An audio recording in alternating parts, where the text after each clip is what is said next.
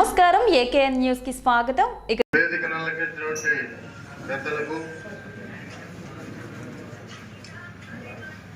వివిధ హోదాల్లో ఉన్నటువంటి నా తోటి వైఎస్ఆర్ కుటుంబ సభ్యులకు, పాత్రికేయులకు అందరికీ కూడా నా హృదయపూర్వక నమస్కారాలు తెలియపరుచుకుంటూ, ఈరోజు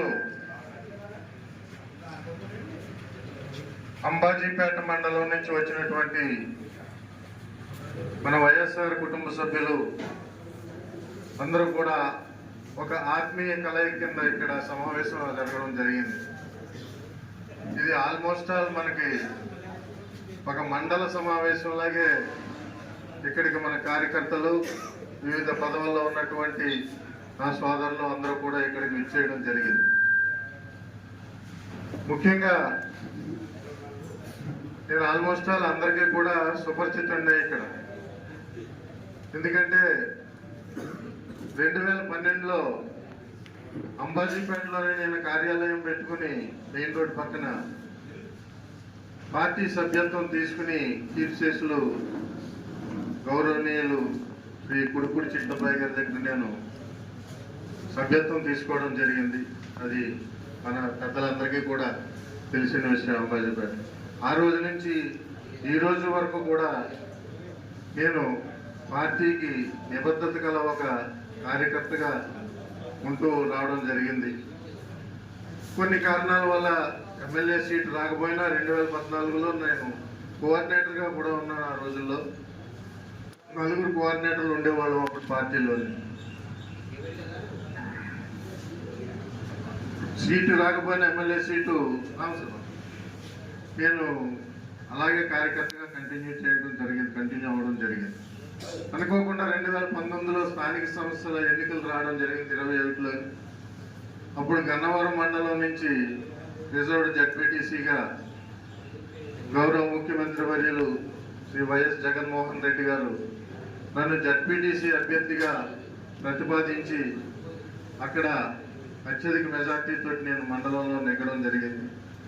నెగ్గిన తర్వాత రాష్ట్రంలోనే అతిపెద్ద జిల్లా అయినటువంటి మన తూర్పుగోదావరి జిల్లాకి నన్ను జిల్లా అధ్యక్షుడిగా, చైర్మన్గా నన్ను నియమించడం జరిగింది.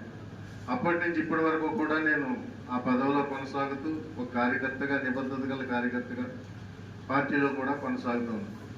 ఈ రాబోయే సార్వత్రిక ఎన్నికల్లో నన్ను గౌరవ ముఖ్యమంత్రి వారు పిలిచి, నిన్ను ఇన్ఛార్జిగా పెట్టి అభ్యర్థిగా నిలబెడుతున్నాము, పి గన్నవరానికి నువ్వు నిలబడి పార్టీకి కొంచెం యాక్టివ్ అయ్యి కార్యక్రమాలు చేసుకుని పార్టీలో ముందుకెళ్ళనేసి ఆయన పిలిచి మరీ నాకు ఒక కానుకగా ఇవ్వడం జరిగింది.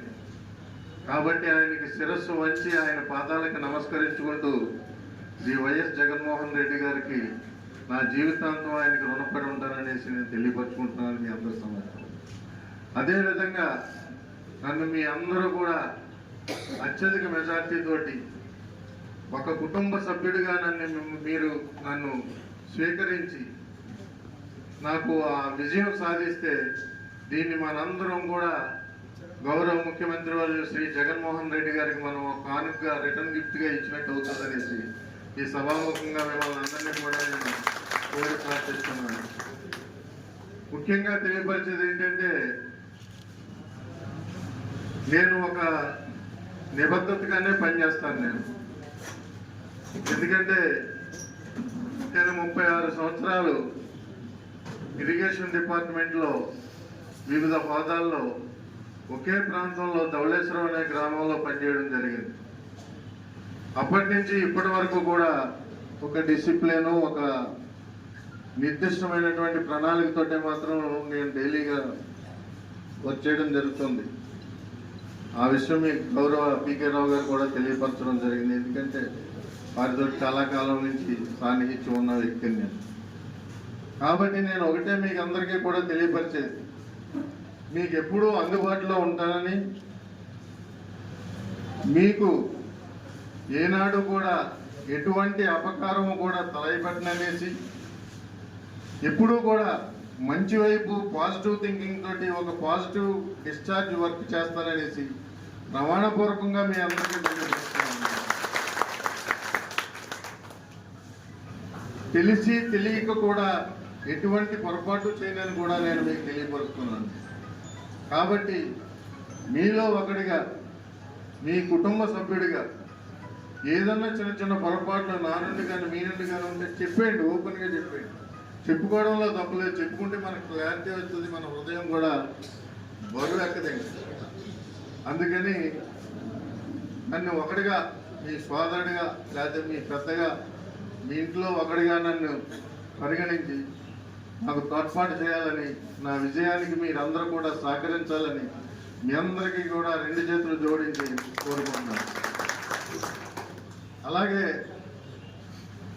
రేపు 3వ తారీఖున ఏలూరు దగ్గరలో మనకి సిద్ధం సభ చేయడం జరుగుతుంది.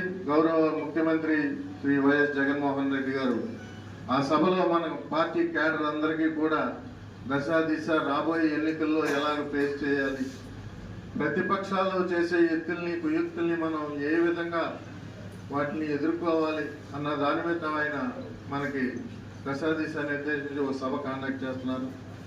ఈ సభకి సుమారుగా మనకి ఒక 50 బస్సులు పెడదామనేసి అనుకుంటున్నాం 4 మండలాల మీద. ఎందుకంటే అత్యధిక సంఖ్యలో మనం అక్కడికి వెళ్ళవలసినటువంటి ఆవశ్యకత ఉంది. ప్రతి మండలానికి కూడా 10-12 బస్సులు మనం కేటాయించుకుందని నేను ఇస్తాను. మన గ్రామ శాఖలకి, మండల సెక్రటరీలకి అందరికీ కూడా అది ఎక్కడి నుంచి ఎలాగ ఏ బస్సు వెళ్తుంది ఏంటన్నది నేను ఇవాళ రేపట్లో, మొన్న మనం ఎలాగైతే విజయవాడ వెళ్ళామో అదే విధంగా కమ్యూనికేట్ చేస్తాం. ఈ సభ 3వ తారీఖున మధ్యాహ్నం 2 గంటల నుంచి 5 గంటల వరకు ఉంటుంది అన్నమాట.